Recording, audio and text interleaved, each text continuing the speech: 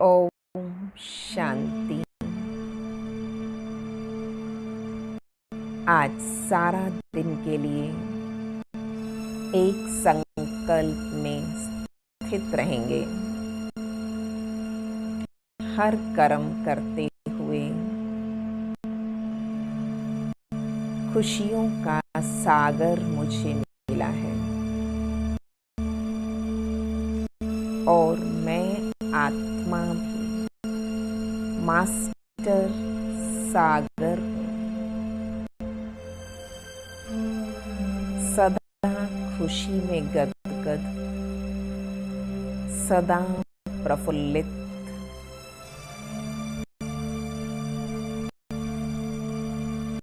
प्यार के सागर ने मुझे भी मास्टर प्रेम का सागर बना दिया।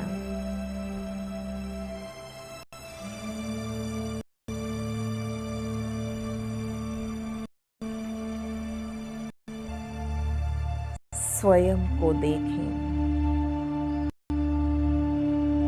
बाबा से लगातार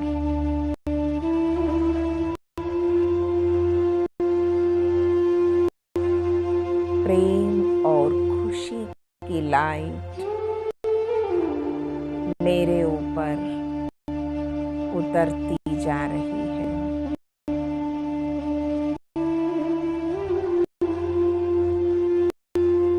भरपूर हो गई हूँ मैं आत्मा।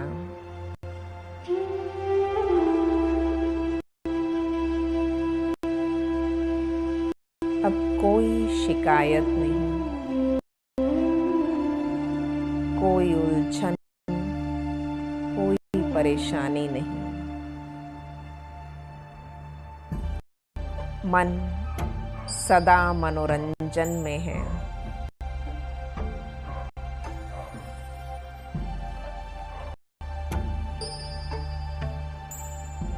शांति से भरपूर, प्रेम से भरपूर महसूस हो रहा है। बस चारों ओर खुशी की तरंगें फैली हुई हैं।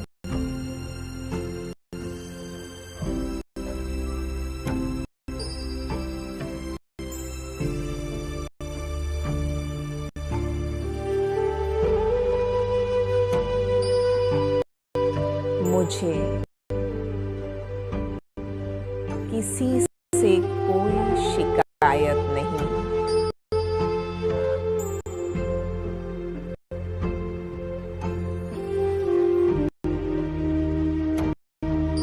सब आत्माएं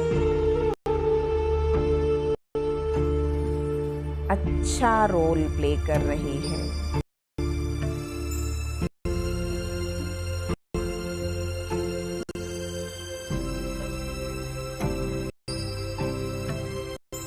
मैं आत्मा संपन्न, संतुष्ट, प्रसन्न हूँ। ड्रामा का हर सीन देखते हुए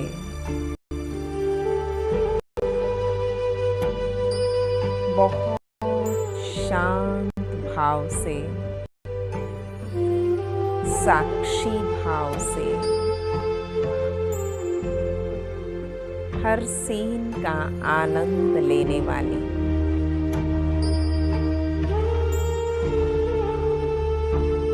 मैं आत्मा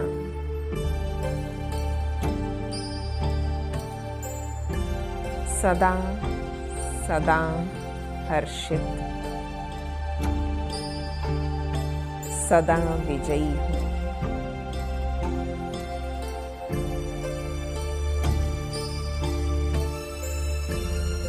ओम शांति।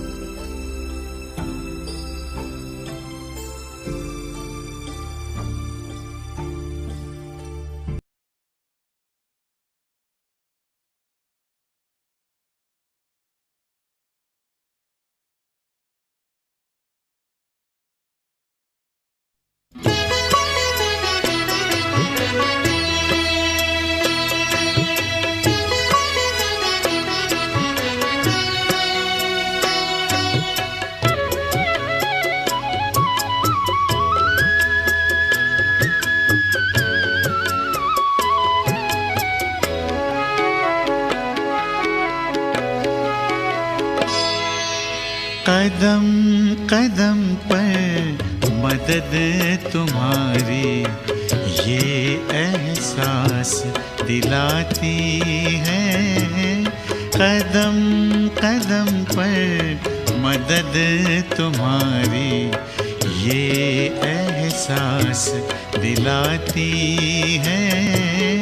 सोचो तुमको कौन मिला है, सोचो तुमको कौन मिला है, कौन तुम्हारा साथी है। कदम कदम पर मदद तुम्हारी ये एहसास दिलाती है।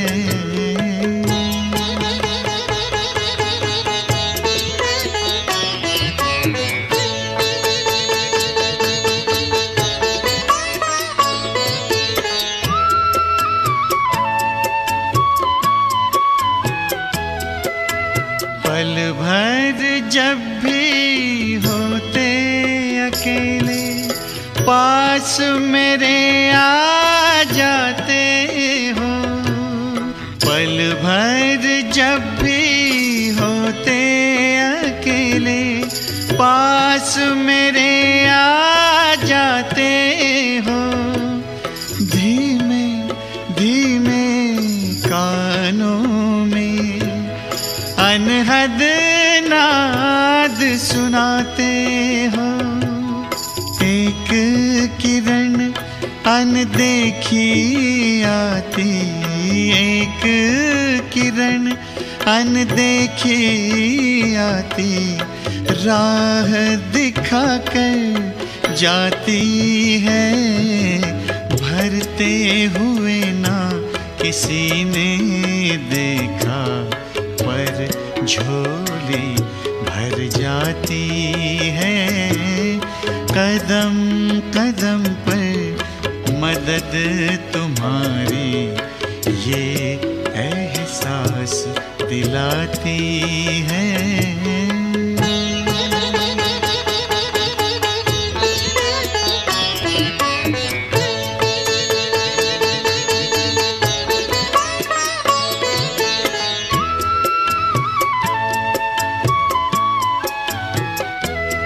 एक बार कहा तुम मेरे हो, 100 बार तुम्हारा प्यार मिला। एक कदम चले तेरी राहों में तो जन्म जन्म का साथ मिला। ऐसी करुणा ऐसी ममता, ऐसी करुणा ऐसी ममता तेरी याद दिलाती है। प्यार में प्रभु के दिल खो जाता, आँख सजल हो जाती है। कदम कदम पर मदद तुम्हारी ये एहसास दिलाती है। सोचो तुमको कौन मिला है, सोचो तुमको कौन मिला है, कौन तुम्हारा साथी है। कदम कदम पर मदद तुम्हारी ये एहसास दिलाती है।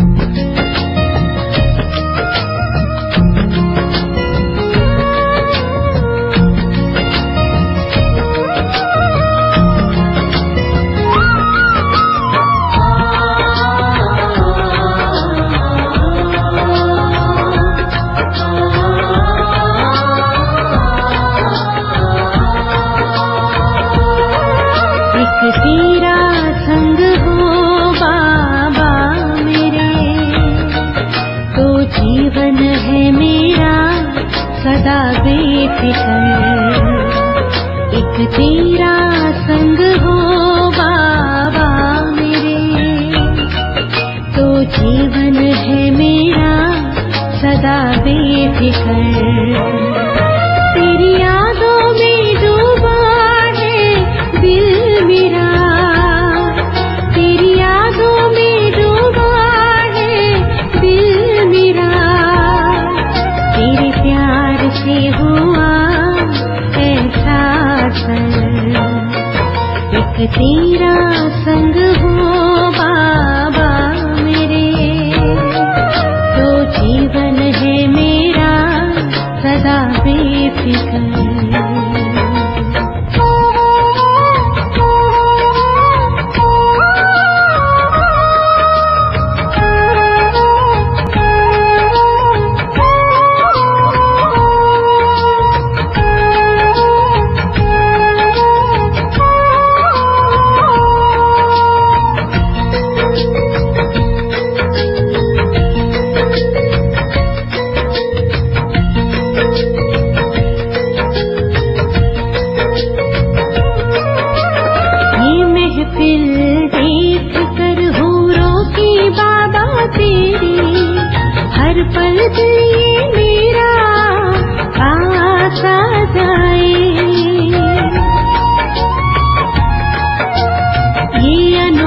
अनोखा बड़ा ही लासानी, सोच कर मेरा मन पावन हो जाए।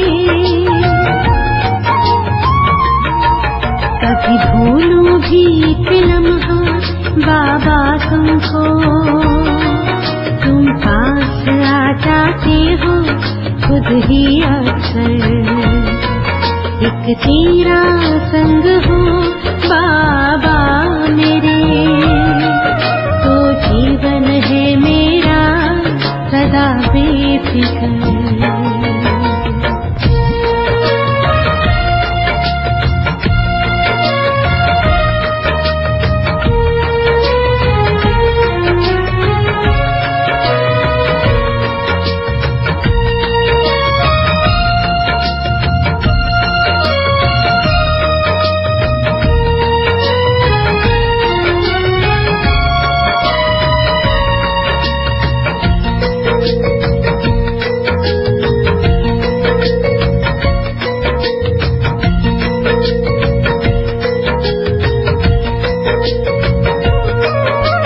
जब भी देखूं सामने तुमको मेरे बाबा, दिल ये मेरा खुशियों से भर जाता है।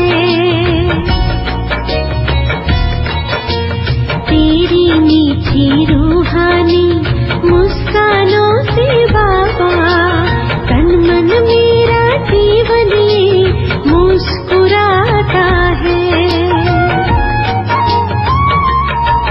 हर आहट में बाबा एहसास तेरा, पल पल रखते हो मुझ पे नजर। एक तेरा संग हो बाबा मेरे, तो जीवन है मेरा सदा बेफिक्र।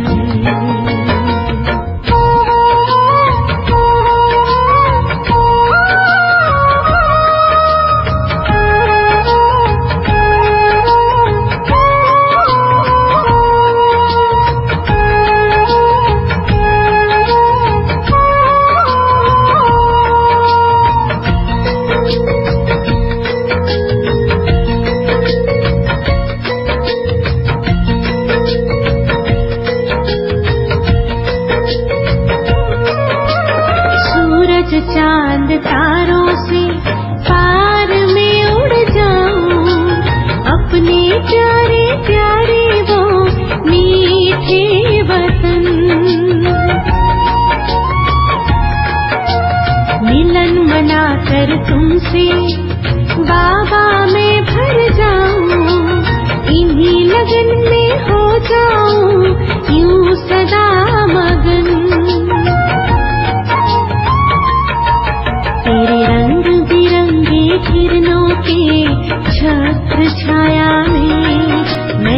महसूस होता मन को है निरंतर।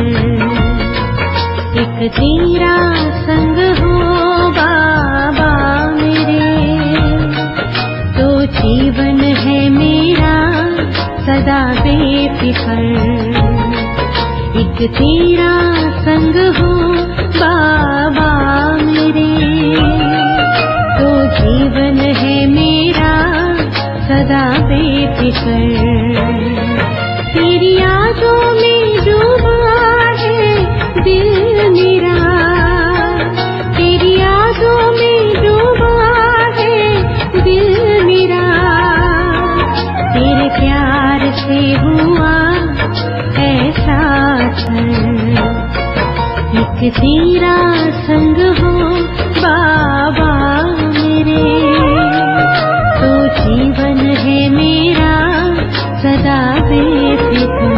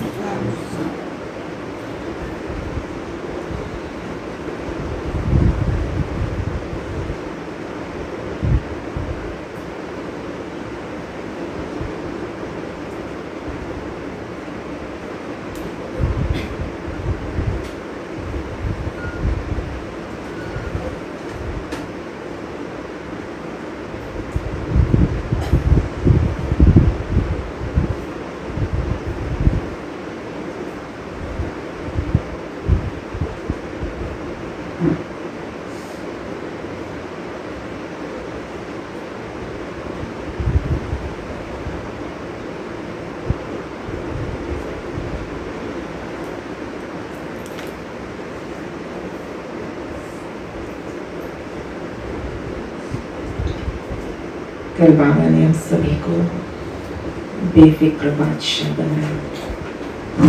कितने सुंदर सुंदर विजन के साथ। बच्चे सिर पर देखो ताज या व्यर्थ आ जाता है, फिर देखो टोकरा, तो टोकरे सिर पर हो तो क्या वो राजा लगेगा? तो इसलिए ताज थाली बनकर रखो, व्यर्थ से परे। ना व्यर्थ बोलो, ना सुनो, ना देखो, ना व्यर्थ करो, क्योंकि व्यर्थ का बोझ टोकरे लाता है। बेफिक्र बादशाह को याद किया बाबा ने, तो बेफिक्र बादशाह ना, दुनिया में फिक्र वाले तो बहुत हैं, चाहे कितना भी बड़ा बादशाह हो, परंतु अभी संगम युग में फिक्र और फखुर, इसका अंतर पता है। सतयुग में होंगे बेफिक्र, परंतु वहाँ फखुर का पता नहीं, फिक्र का पता ही नहीं है।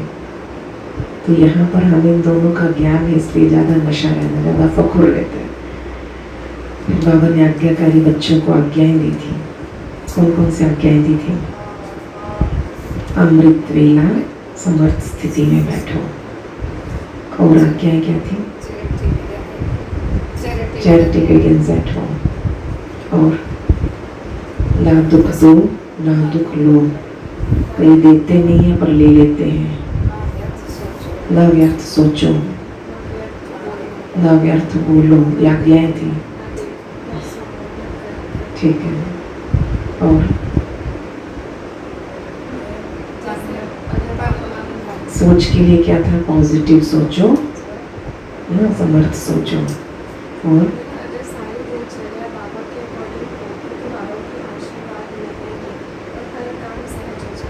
हाँ, ये सहज परमात्म दुआएं प्राप्त करने का साधन है। आज्ञाकारी बनो। और जी, और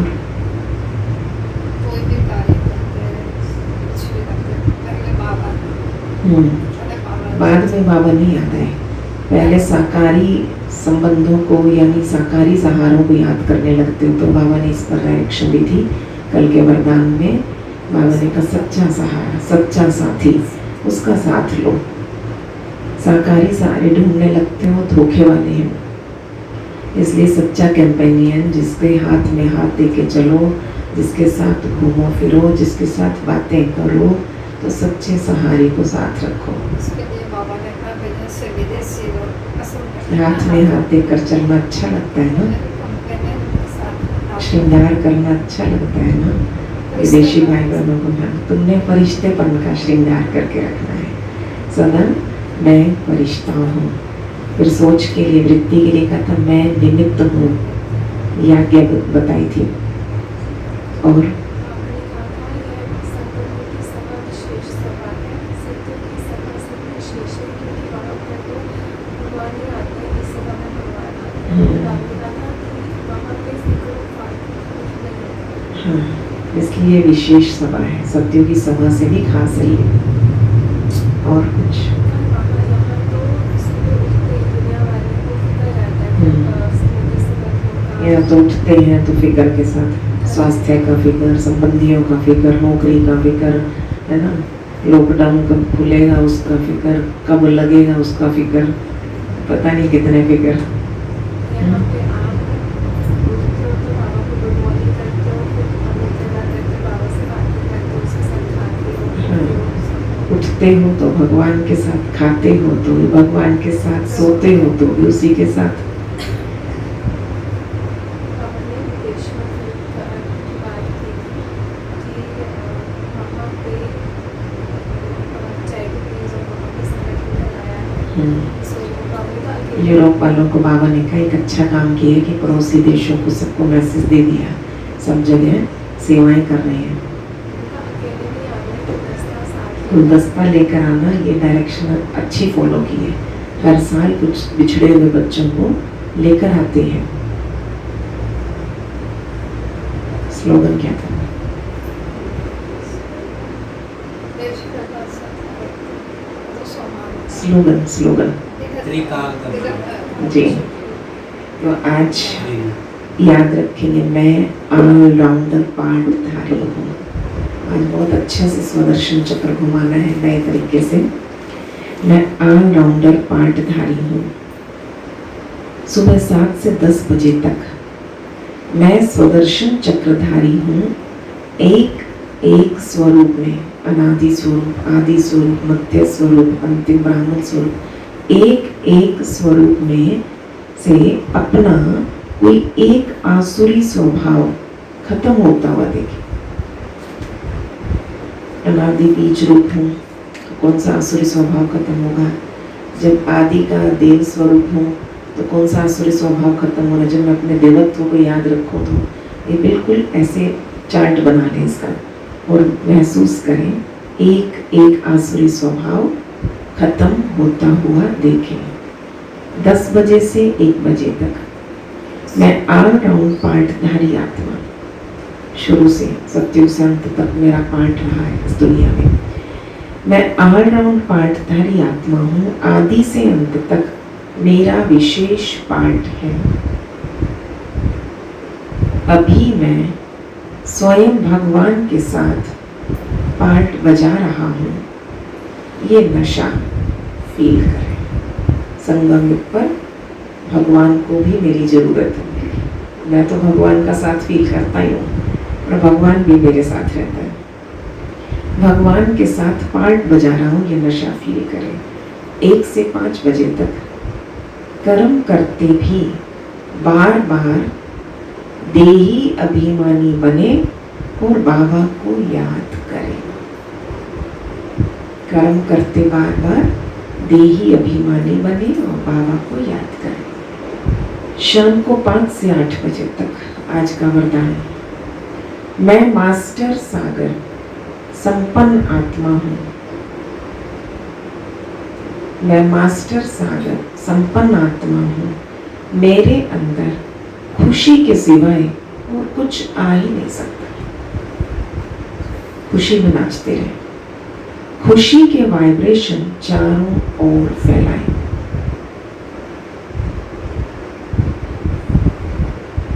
आठ से 10 बजे तक रात्रि मैं हर प्रकार की परिस्थिति से पाठ पढ़कर परिपक्व बन रही हूँ। देखो जीवन में ये परिस्थिति, इसने मुझे क्या सिखाया, इससे मुझे क्या सीखने को मिला, और मैं मैच्योर हो गई, अनुभवी हो गया।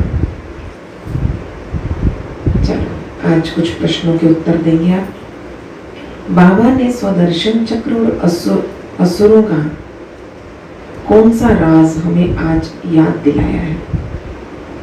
स्वदर्शन चक्र से असुरों को मारा था, तो बाबा ने आज की मुरली में जो बोले वो ध्यान से सुनना। विकर्म भस्म करने और कर्मातीत अवस्था पाने की क्या युक्ति है? विकर्म भस्म करने और कर्मातीत अवस्था पाने की क्या युक्ति है? तीसरा, ब्रह्मा से ऊपर भी कोई है, ये कैसे सिद्ध होता है? चौथा, सर्विस करने के कौन कौन से पॉइंट्स बाबा ने समझाए? सर्विस करने के आज कौन कौन से पॉइंट्स बाबा ने समझाए?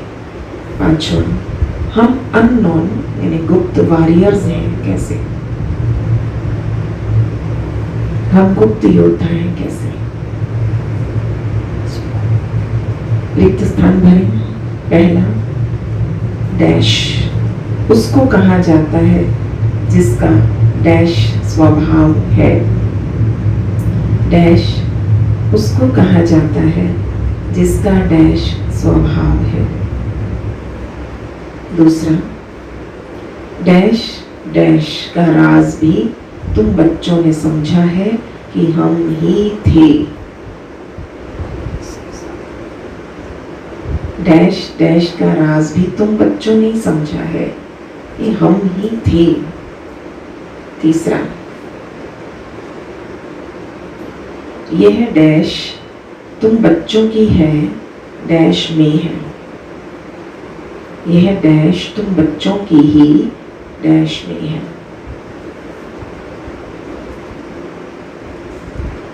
चौथा, डैश में जाकर ये डैश बांटने चाहिए। कहाँ जाकर क्या बांटना है? पांचवा, डैश अर्थात जो अमरपुरी डैश करे।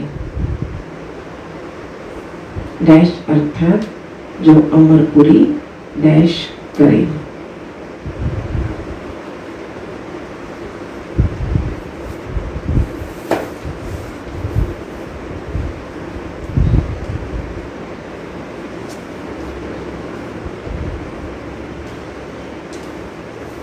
लिंक सेंड नहीं किया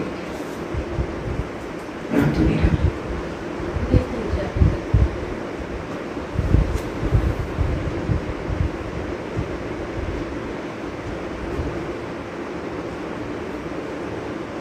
ये तो कल 30 तारीख है, आज 24 है।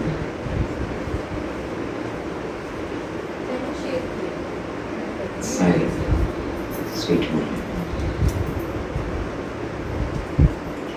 बाबा ने आज कहा, मीठे बच्चे सदा इसी खुशी में रहो कि हमने 84 का चक्र पूरा किया। सदा इसी खुशी में रहो कि हमने 84 का चक्र पूरा किया। अब जाते हैं अपने घर।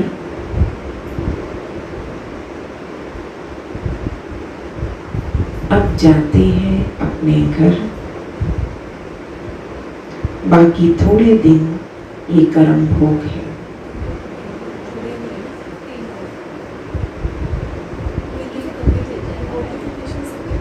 ऐसा नहीं होता, उनको आदत सिर्फ लिख के कि 5:45 बजे लिख जाना चाहिए। मीठे बच्चे सदा इसी खुशी में रहो कि हमने 84 का चक्र पूरा किया। अब जाते हैं अपने घर। बाकी थोड़े दिन ये कर्म भोग है।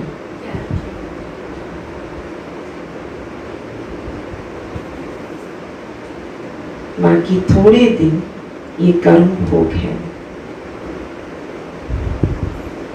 प्रश्न है, विकर्माजीत बनने वाले बच्चों को विकर्मों से बचने के लिए किस बात पर बहुत ध्यान देना है? विकर्माजीत बनने वाले बच्चों को विकर्मों से बचने के लिए किस बात पर बहुत ध्यान देना है?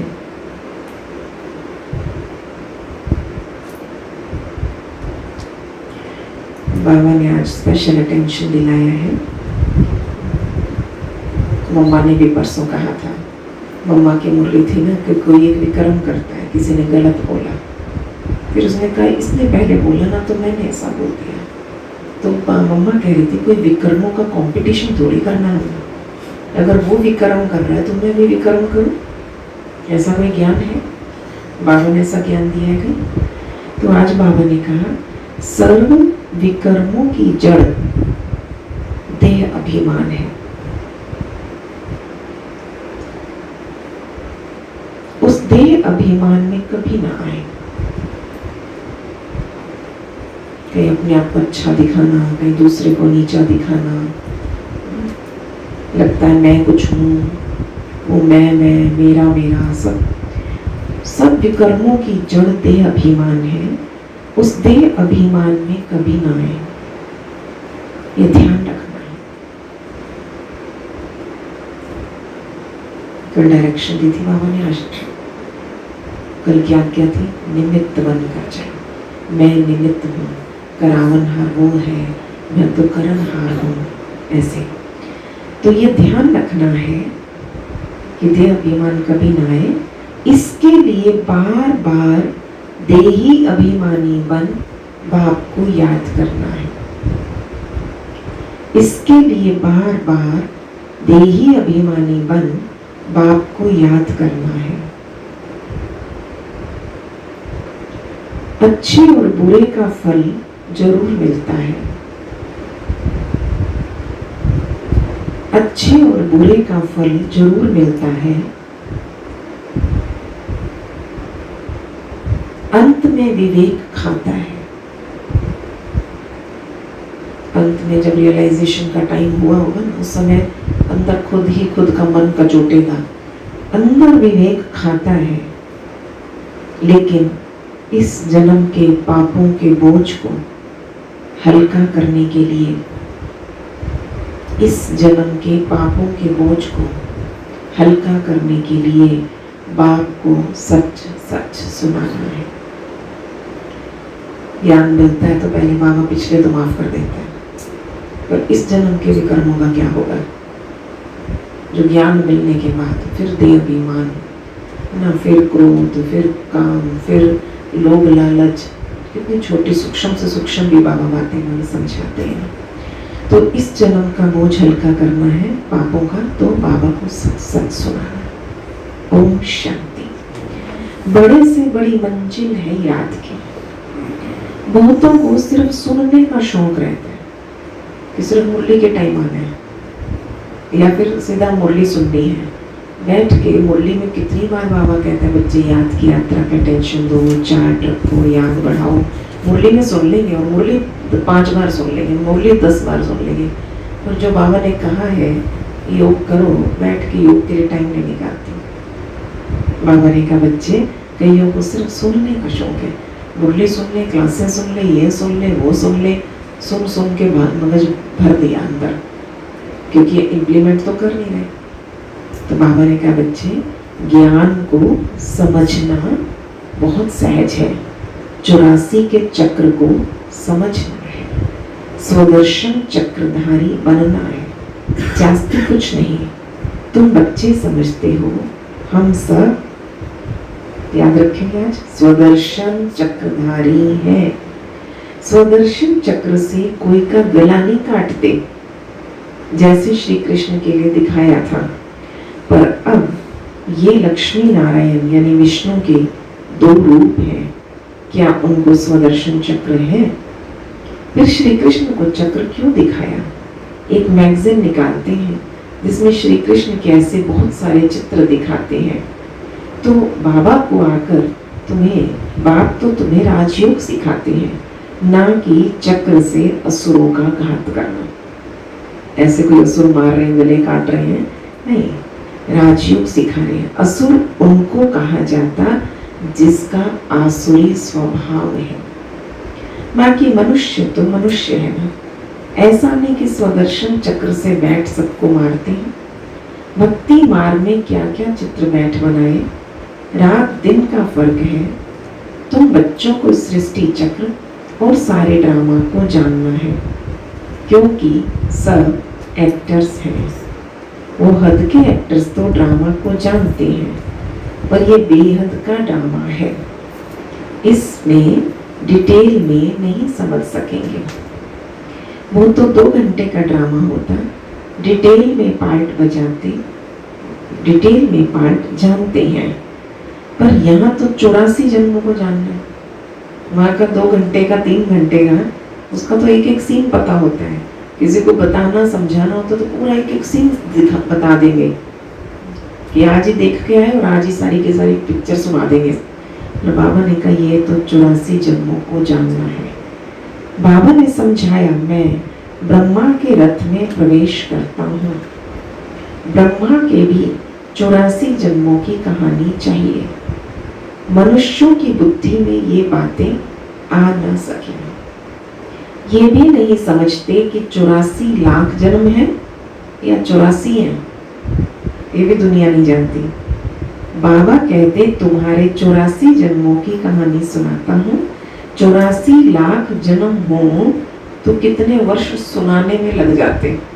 अगर 84 लाख जन्म होते तो कितने वर्ष सुनाने में लग जाएं। तुम तो सेकंड में जान जाते हो। ये 84 जन्मों की कहानी है। हमने 84 का चक्र कैसे लगाया? 84 लाख हो तो सेकंड में थोड़ी समझ सकते। 84 लाख जन्म है ही नहीं। तुम बच्चों को भी खुशी होनी चाहिए। हमारा 84 का चक्र अब पूरा हुआ, अब हम घर जाते हैं। इस बात की खुशी। ड्यूटी पूरी होती है, शाम को 5 बजे से पहले 4:30 बजे घर याद आने लग जाता है। घर के कामकाज याद आने लग जाएंगे। तो बाबा कहते हैं ये याद रखो, ये सारा 84 का चक्र पूरा हुआ, अब घर जाते हैं। बाकी थोड़े दिन है ये कर्म भोग, अंतिम समय है तो अंतिम कर्म भोग भी तो चुप तो हो रहे हैं। तो बस इन कर्म भोग को प्यार से विदाई दो, क्योंकि बस थोड़े दिन की बात है। विकर्म भस्म हो, कर्मातीत अवस्था कैसे हो जाए, इसके लिए युक्ति बताई। बाकी समझाते हैं इस जन्म में जो भी विक्रम किए हुए हैं वो लिख दो तो बोझ हल्का हो जाएगा। जन्म जन्मांतर के विक्रम तो कोई लिख ना सके। विक्रम तो होते आए, जब से रावण राज्य शुरू हुआ तो कर्म विक्रम हो पड़ते हैं। सतयुग में कर्म अकर्म होते हैं। भगवान उवाच, तुमको कर्म अकर्म विक्रम की गति समझाता हूँ। विक्रमाजीत का संवत लक्ष्मी नारायण से शुरू होता है। सीढ़ी में बड़ा क्लियर है 84 जन्मों की बातें। सीढ़ी में बड़ा क्लियर है, शास्त्रों में कोई ये बातें नहीं। सूर्यवंशी चंद्रवंशी का राज भी तुम बच्चों ने समझा है कि हम ही थे। लिख लो, रिक्त स्थान भरो। तो सूर्यवंशी चंद्रवंशी का राज भी तुम बच्चों ने समझा है कि हम ही थे। विराट रूप का चित्र भी बहुत बनाते हैं, परंतु अर्थ कुछ भी नहीं जानते। बाप बगैर कोई समझा नहीं सकता। इस ब्रह्मा के ऊपर भी कोई है ना जिसने सिखाया होगा। अगर कोई गुरु ने सिखाया होता तो उस गुरु का सिर्फ एक शिष्य तो नहीं हो सकता था। ये बाबा बताए कि ब्रह्मा से ऊपर भी है। बाबा ने कहा ये ब्रह्मा भी जिससे सीखा है। अगर कोई गुरु ने सिखाया होता तो उस गुरु का शिष्य एक ही तो नहीं हो सकता। बाबा कहते बच्चे तुम्हें पतित से पावन, पावन से पतित बनना ही है, ये ड्रामा की नूंद है। अनेक बार ये चक्र पास किया, पास करते ही रहेंगे, क्योंकि तुम हो ऑल राउंड पार्टधारी। पूरा 84 का चक्र लगाया, पूरा सतयुग से कलयुग तक आए, तुम हो ऑल राउंड पार्टधारी। आज सारा दिन मैं ऑल राउंडर पार्टधारी हूँ, याद रखना। आदि से अंत तक पार्ट और कोई का है नहीं। तुमको ही बाप समझाते हैं, फिर तुम ये भी समझते हो कि दूसरे धर्म वाले फलाने फलाने समय पर आते हैं। तुम्हारा तो ऑल राउंड पार्ट है। क्रिश्चियन के लिए तो नहीं कहेंगे कि सतयुग में थे, वो तो द्वापर के बीच में आते हैं। ये नॉलेज तुम बच्चों की ही बुद्धि में है, किसी को समझा भी सकते हो। दूसरा कोई सृष्टि के आदि मध्य अंत को नहीं जानते, रचयिता को ही नहीं जानते, तो रचना को कैसे जानेंगे? बाबा ने समझाया है, जो राइटियस बातें हैं वो छपवाकर एरोप्लेन से सब जगह गिरानी है। लोगों को लगे कुछ खास ही आ रहा है जो आसमान से टपक रहा है हमारे लिए, वो पॉइंट्स अथवा टॉपिक्स बैठ लिखनी चाहिए। ऐसा क्या खास हो जो स्पेशल छपवा के और एरोप्लेन से गिराएं? बच्चे कहते हैं काम नहीं है, बाबा कहते हैं ये सर्विस तो बहुत है। पर्चों में नए नए मैटर छापो, नई नई बातें लोगों तक पहुंचाओ। यहाँ एकांत में बैठ यही काम करो। जो भी बड़ी बड़ी संस्थाएं हैं या गीता पाठशालाएं हैं दुनिया की, उन सबको जगाना है, सबको संदेश देना है। ठीक है, बड़ी बड़ी कंपनीज में, बड़ी बड़ी संस्थाओं में, गीता पाठशालाओं में सबको जगाना है, सबको संदेश देना है। ये पुरुषोत्तम संगम युग है। जो समझदार होंगे वो झट समझेंगे। जरूर संगम युग पर ही नई दुनिया की स्थापना और पुरानी दुनिया का विनाश होता है।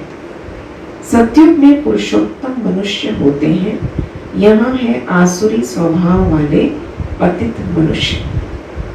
ये भी बाबा ने समझाया है। कुंभ का मेला आदि जो लगता है, मनुष्य, बहुत मनुष्य जाते हैं स्नान करने। कुंभ पे क्यों स्नान करने जाते हैं? पावन होना चाहते हैं। जो जहां तहां मनुष्य स्नान करने जाते ही हैं, जहां पानी मिल जाए वहीं कुंभ हो जाता उनका, तो क्योंकि इतना रश, इतनी धक्का मुक्की में कौन जाए, फिर वो उनको जहां मिलता है वहीं स्नान कर लेते हैं। वहां जाके सर्विस करनी चाहिए। मनुष्यों को समझाना चाहिए ये पानी पतित पावनी नहीं है, पतित पावन नहीं है ये पानी। तुम्हारे पास चित्र भी है।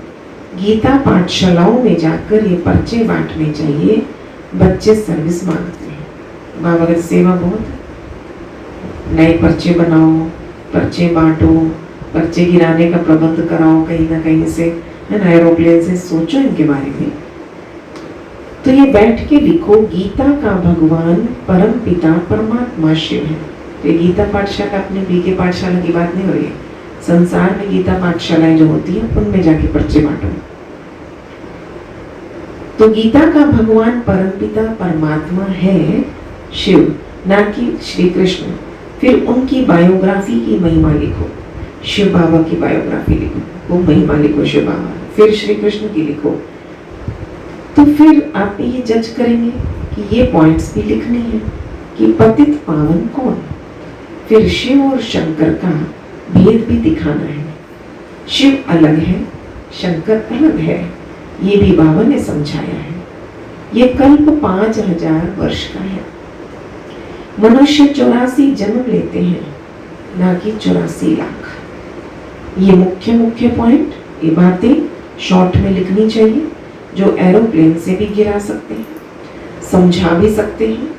ये जैसे गोला है, इसमें क्लियर है फलाने फलाने धर्म फलाने फलाने समय पर स्थापन होते हैं। दो ही जगह धर्मों की नॉलेज दी, एक सृष्टि चक्र के चित्र में और एक कल्पवृक्ष में। तो ये गोले में क्लियर है। तो ये गोला भी होना चाहिए, सृष्टि चक्र का चित्र, और उसमें मुख्य 12 चित्रों के कैलेंडर भी छपवा सकते हो जिसमें सारा ज्ञान आ जाए। आजकल तो प्रिंटिंग बहुत इजी और सस्ती और सहज हो गई है ना, कि सारे के सारे चित्र आजकल इकट्ठे ही एक ही फ्लैक्स पे 12 तो 12 चित्र एक ही फ्लैक्स पे आ जाए। अब उठाओ और कहीं भी रोल करके ले गए, वहां जाके लगा दो, समझा दो, उतार के ले आओ। तो बाबा कहते हैं सर्विस सहज हो सके ये चित्र बिल्कुल जरूरी है। कौन से चित्र बनाने हैं, क्या क्या पॉइंट्स लिखने चाहिए, ये बैठ के लिखो। तुम गुप्त वेश में इस पुरानी दुनिया को परिवर्तन कर रहे हो। इंग्लिश में बोलते हैं बाबा अननोन वॉरियर्स, गुप्त योद्धा हो तुम। तुमको कोई जानता नहीं है। बाबा भी गुप्त, नॉलेज भी गुप्त, इसका कोई शास्त्र आदि बनता नहीं है। और धर्म स्थापक बाइबल आदि छपते, जो पढ़ते आते हर एक के छपते हैं। तुम्हारा फिर भक्ति मार्ग में छपता है।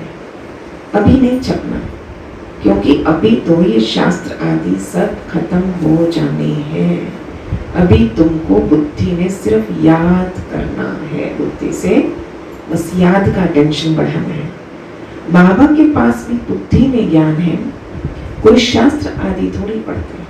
शिव बाबा डायरेक्ट सुनाता है, शिव बाबा शास्त्र पढ़ के आएगा क्या? नहीं, वो नॉलेजफुल है। नॉलेजफुल का अर्थ फिर मनुष्य समझते हैं सबके दिलों को जानने वाला। भगवान देखते हैं तभी तो कर्मों का फल देता है, वो सबके दिलों को जानता है। भगवान देख रहा है, ऐसी ऐसी बातें भक्ति में ज्यादा बनाई थी, तभी तो कर्मों का फल देता है। बाबा कहते ये ड्रामा में बोध है। मैं एक एक को बैठ के देखूं ऐसा जरूरी नहीं है। ड्रामा में जो विकर्म करते हैं तो उसकी सजा होती जाती है, अच्छे या बुरे कर्मों का फल मिलता है। उसकी लिखत तो कोई है नहीं, मनुष्य समझ सकते हैं जरूर कर्मों का फल दूसरे जन्म में मिलता है।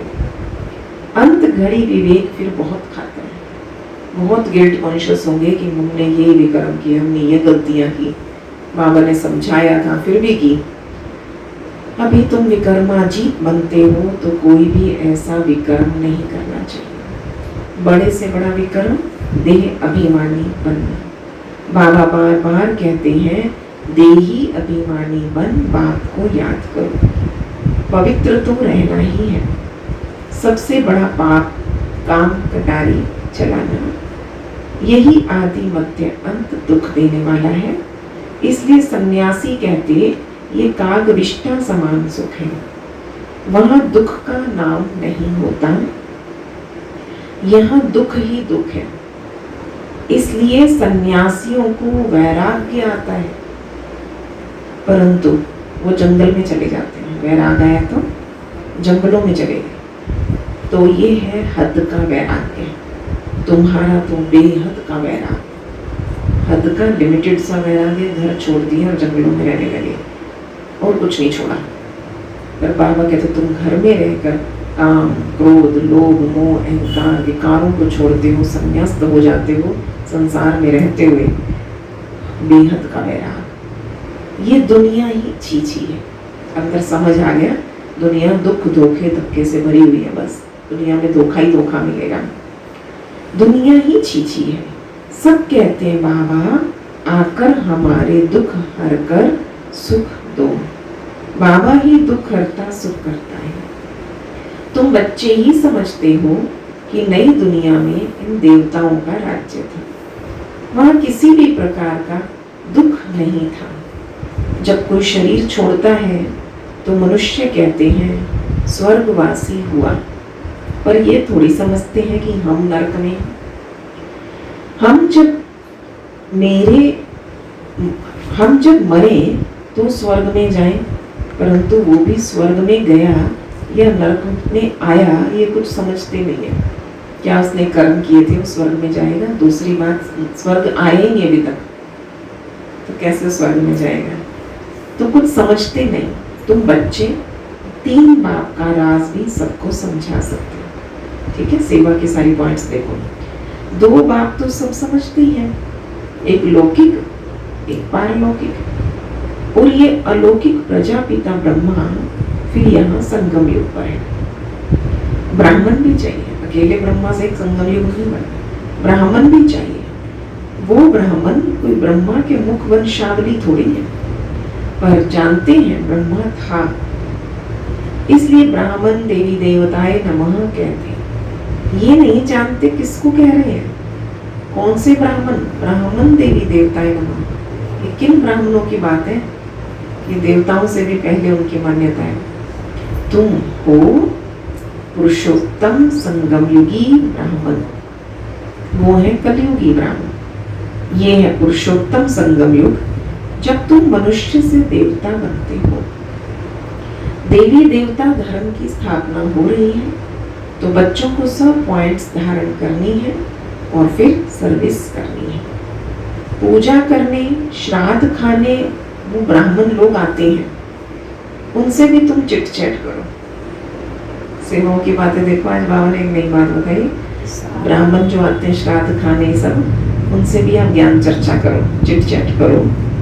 तुमको सच्चा ब्राह्मण बना सकते हैं। उनको ये बोलो कि तुम ब्राह्मण, तो सच्चा ब्राह्मण क्या होता है वो भी बताएं उनको, और फिर सच्चा ब्राह्मण तुमको भी बना सकते हैं। अभी भादों का मास आता, सभी पितरों को खिलाते हैं।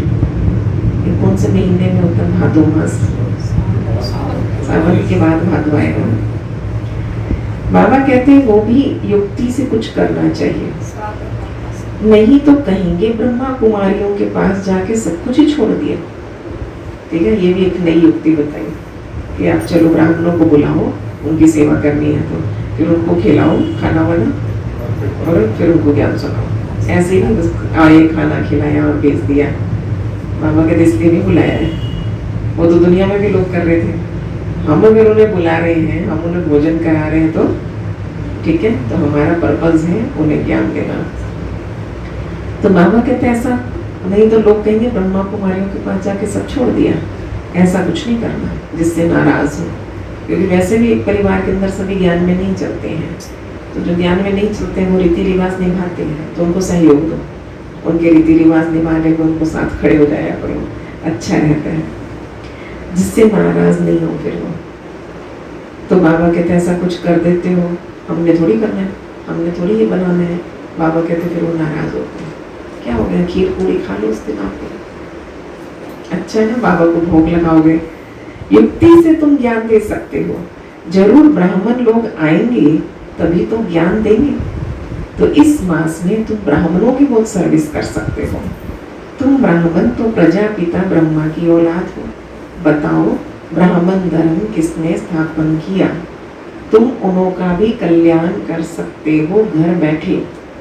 जैसे अमरनाथ की यात्रा पे जाते हैं तो वे सिर्फ लिखत से इतना नहीं समझेंगे। बाबा कहते वहां बैठ समझाना चाहिए। हम तुमको सच्ची अमरनाथ की कथा सुनाए, ठीक है। अमरनाथ की यात्रियों की सेवा करो, ब्राह्मणों की सेवा करो, है ना। बाबा कहते क्या क्या लिखो, मनन चिंतन करो, ये सारा बाबा ने आज खूब सेवा की बातें बताई। अमरनाथ तो एक को ही कहा जाता है, अमरनाथ अर्थात जो अमरपुरी स्थापन करे शिव बाबा, वो सतयुग है। अमरपुरी माना सतयुग स्थापित करे, ऐसे सर्विस करनी पड़ेगी। वहाँ पैदल जाना पड़ता है, कितनी कितनी यात्रा कठिन भी होती। जो अच्छे अच्छे बड़े आदमी हों उनको जाके समझाना चाहिए। सन्यासियों को भी तुम ज्ञान दे सकते हो। तुम सारी सृष्टि के कल्याणकारी हो। श्रीमत पर हम विश्व का कल्याण कर रहे हैं। बुद्धि में ये नशा रहना चाहिए। अच्छा, मीठे मीठे सिकिलधे बच्चों प्रति माता पिता बाप दादा का याद प्यार, गुड मॉर्निंग। रूहानी बाप की रूहानी बच्चों को नमस्ते। हम रूहानी बच्चों की रूहानी बाप दादा को नमस्ते जी, नमस्ते जी। गुड मॉर्निंग बाबा, शुक्रिया बाबा, वाह बाबा। आज धारणा की बात, खास बात, किस बात पर टेंशन दिलाए? फीलिंग का प्लान्स पूरे हो गए? हो गए पूरे? तो पहले वही पूरे कर देते हैं। चलो फिर आपको धारणा सुनाते हैं। पहले सुने।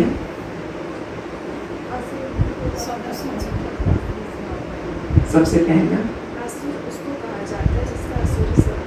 असुर उसको कहा जाता है जिसका आसुरी स्वभाव हो।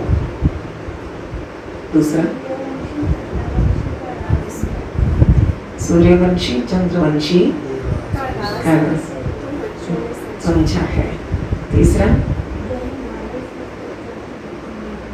ये नॉलेज तुम बच्चों की बुद्धि में है। चौथा, गीता पाठशालाओं में जाकर पर्चे बांटने चाहिए। अच्छा, हाँ, क्या बांटना चाहिए बताया था। और लास्ट, अमरपुरी स्थापन कर रहे हैं। अमरनाथ अमरपुरी स्थापन करते हैं। Very good. हाँ हाँ, धारणा की बात आज है। पहला, जब एकांत या फुर्सत मिलती है तो ज्ञान की अच्छी अच्छी पॉइंट्स पर विचार सागर मंथन कर लिखना है। जब एकांत या फुर्सत मिलती है तो ज्ञान की अच्छी अच्छी पॉइंट्स पर विचार सागर मंथन कर लिखना है। सबको संदेश पहुंचाने व सबका कल्याण करने की युक्ति रचनी है। इतना बड़ा सारा कोरोना काल, इतना बड़ा लॉकडाउन, ये सब पीरियड आया किस लिए? बेहद सेवाओं के लिए। और हम बैठे बैठे एक बार ऑनलाइन शुरू होते हैं कोर्सेज। हर जगह जगह जगह ऑनलाइन कोर्सेज चल रहे हैं। और ऑनलाइन कोर्स में कितनी आत्माएं जुड़ती जाती हैं, पूरा कोर्स करती हैं, मुरली सुनती हैं।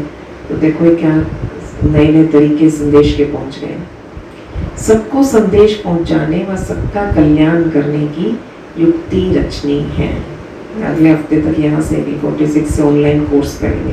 तो आपको जैसे लिंक भेजे, आप अपने अपने ग्रुप्स में अपने अपने रिश्ते नातेदार किसी को भी कोर्स करवा सकते हो ऑनलाइन। घर बैठे करना है तो इस तरह की ये अभी 2-3 दिन में बना देंगे और अगले हफ्ते से ऑनलाइन कोर्स शुरू होगा। फिर दूसरा, विकर्मों से बचने के लिए देही अभिमानी बन बाप को याद करना है। विकर्मों से बचने के लिए देही अभिमानी बन बाप को याद करना है। अभी कोई भी विकर्म नहीं करना है। अभी कोई भी विकर्म नहीं करना है।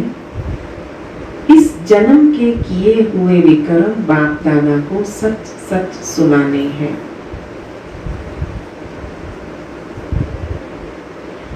आज का वरदान, संपन्नता द्वारा संतुष्टता। संपन्नता द्वारा संतुष्टता का अनुभव करने वाले सदा हर्षित विजयी भव।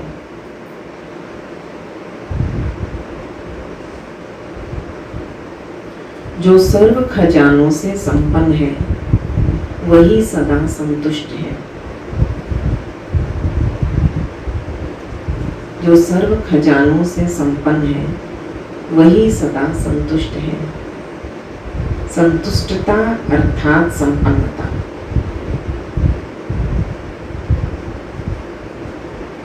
संतुष्टता अर्थात संपन्नता। जैसे बाप संपन्न है, शिव बाबा क्या कहते हैं, उसकी महिमा में सागर शब्द लिखते हैं। उसकी इसीलिए महिमा में सागर शब्द कहते हैं। संपन्न है वो। ऐसे आप बच्चे भी मास्टर सागर, क्या हुआ? मास्टर सागर अर्थात संपन्न बनो तो सदा खुशी में नाचते रहेंगे। सदा खुशी में नाचते रहेंगे। अंदर खुशी के सिवाय और कुछ आ नहीं सकता। अंदर खुशी के सिवाय और कुछ आ नहीं सकता। स्वयं संपन्न होने के कारण किसी से भी तंग नहीं होंगे, किसी से भी तंग नहीं होंगे। जो तंग हो रहा है इसका मतलब खाली है, अंदर भरपूर नहीं है, इसलिए तंग हो जाता है छोटी छोटी बातों से। जो स्वयं संपन्न होने के कारण किसी से भी तंग नहीं होंगे। किसी भी प्रकार की उलझन या विघन एक खेल अनुभव होगा।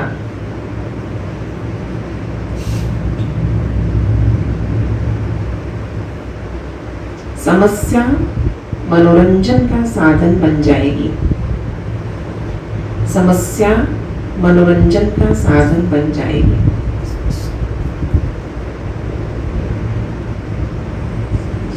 निश्चय बुद्धि होने के कारण सदा हर्षित और विजयी होंगे। निश्चय बुद्धि होने के कारण सदा हर्षित और विजयी होंगे। स्लोगन है, नाजुक परिस्थितियों से घबराओ नहीं, नाजुक परिस्थितियों से घबराओ नहीं, उनसे पाठ पढ़कर स्वयं को परिपक्व बनाओ। और बचपना खत्म हो गया और मैच्योर हो गए, समझ आ गई, तो समझ आती है इन बातों से। नाजुक परिस्थितियों से घबराओ नहीं, उनसे पाठ पढ़कर स्वयं को परिपक्व बनाओ। ओम शांति। तो आज सभी संपन्न, संतुष्ट, सदा हर्षित, सदा विजयी। चले बाबा की याद में खुश रहना है, स्वदर्शन चक्र घुमाना है, आज बाबा को सत्संग सुनाना है, सेवा के नए नए प्लान्स बनाने हैं और सेवा बढ़ाने में सहयोग देना है।